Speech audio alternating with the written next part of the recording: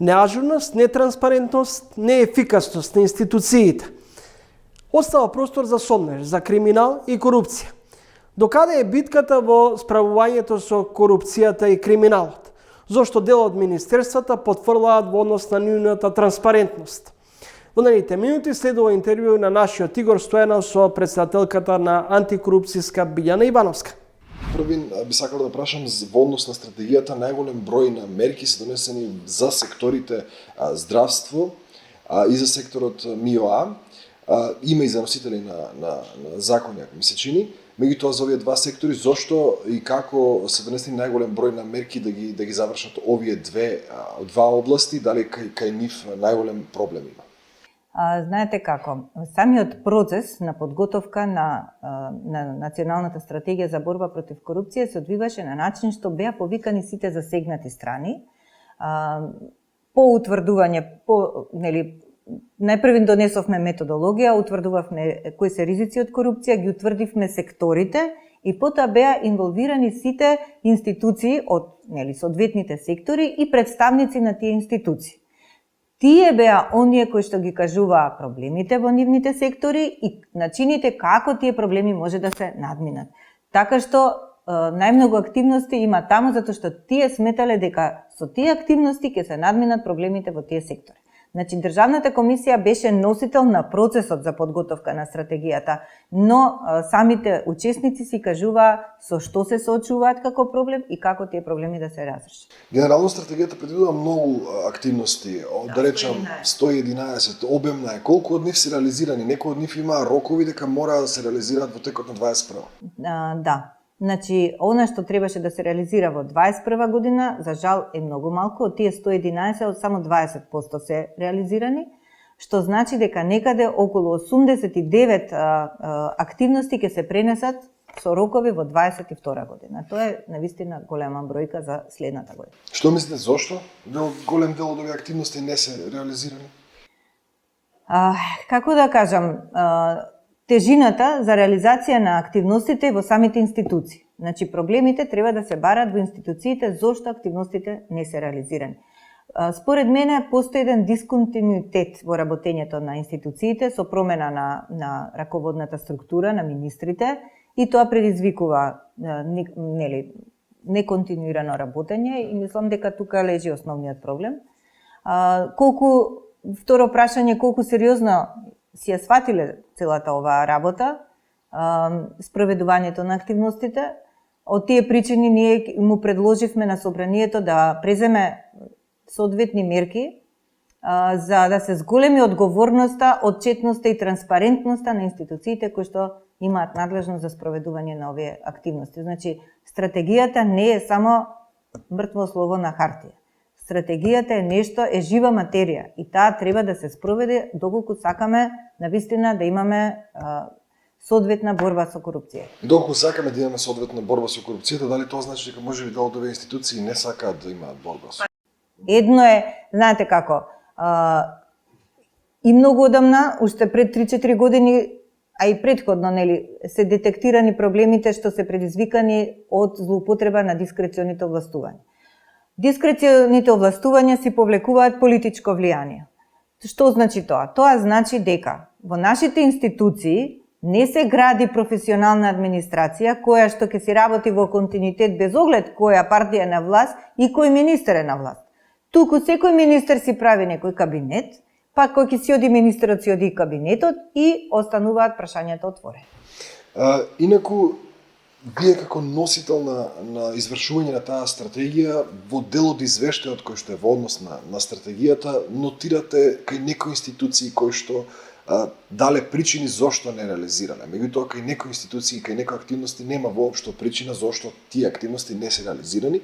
Дури се потенцира дека, извештајот потенцира дека се има потешкотија во осмислувањето на комуникација со Министерство за здравство конкретно и Министерство за информатичко општество и администрација.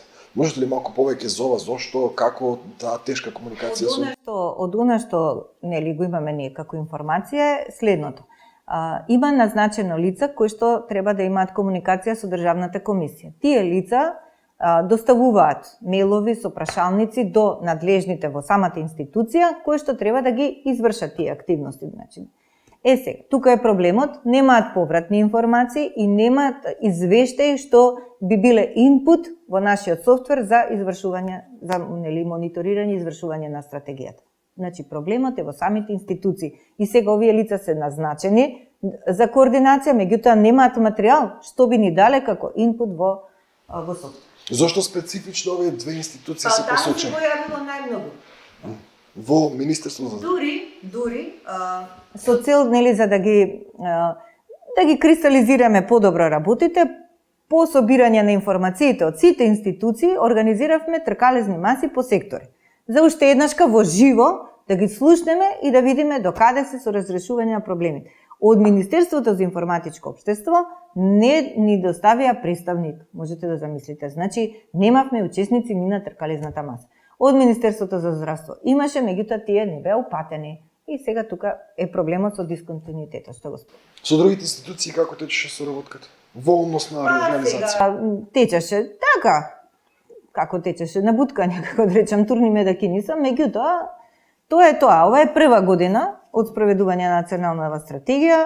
Јас очекувам дека собранието ќе биде малку, да речеме, ќе си одговори на својата задача, бидејќи минатата година во процесот на донесување на стратегијата бевме информирани дека доколку имаме институции кои што не ги спровеле активностите, собранието ќе организира и надзорни расправи и ќе бара одговорност од тие институции. Јас навистина очекувам дека тоа нешто и ќе се случи.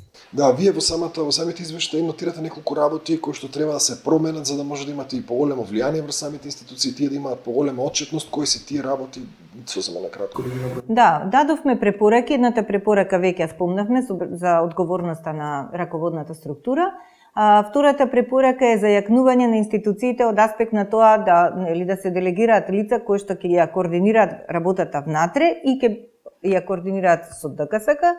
И третата препорака беше за јакнување на капацитетите на ДКСК во насока на мониторирање, собирање информации од институциите и подготвување на извештаите за спроведување на стратегијата. Ние посекако работиме на тој проблем, воопшто на зајакнување на капацитетите на Државната комисија, особено и на тоа оделение, бидејќи сметаме дека тоа е многу важно за да биде и како да речам, да им укажува на институциите, да им помага како можат полесно да дојдат до разрешување на сите овие околности. Доколку, да речеме, да предпоставиме дека ќе се реализираат сите активности во предвидената стратегија, може ли се очекува некаков друг исход од извештајот на Freedom House? Оваа година ние повторно сме во хибриден режим, ја спомнуваат и во самиот извештај спомнуваат нереализираноста на оваа стратегија.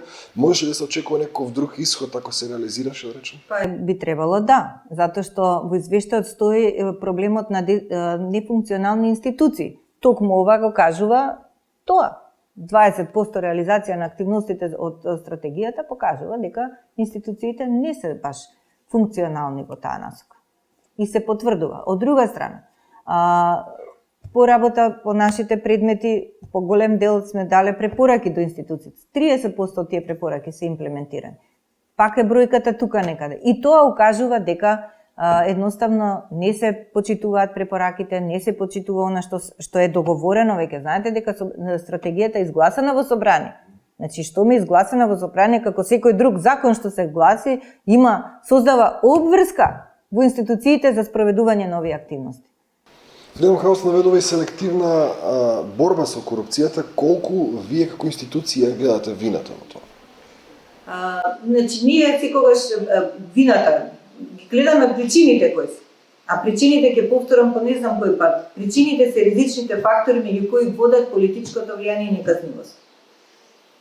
Во однос на случајот или аферата со Тупанчевски, сосема за крај, докаде е тој случај кој се имали нешто ново поврзано со? Значи, ние по тој случај предмет не отворивме, туку ги повикавме надлежните институции да си отворат предмети и да си се произнесат по тоа. Колку што знам, вице-премиерката за добро владење реагираше по тоа и кажа дека господинот Тупанчевски го има прекршено етичкиот кодекс.